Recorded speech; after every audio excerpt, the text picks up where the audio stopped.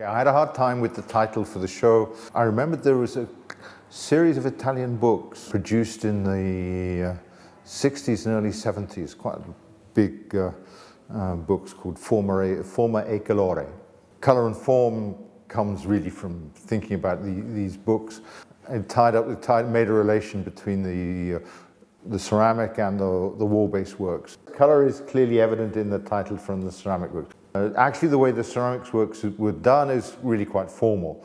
They're modeled from sheets of clay, and each one uses a slightly different system to model it. And then for glazing, I had 5 colors. There's a combination of 4 colors on each of the works, so that when one is called no red, it means that from this palette of 5, there's one missing. Glazed by kind of really just dropping the color onto the surface, and when it's fired, everything goes liquid and kind of mixes up the color on the surface. And then with the wall-based works, these are part of a whole group of works that derive from drawings and which are made in different ways or with different colors. There's no repetitions. Here you have the letter M, the S, T, N, and O.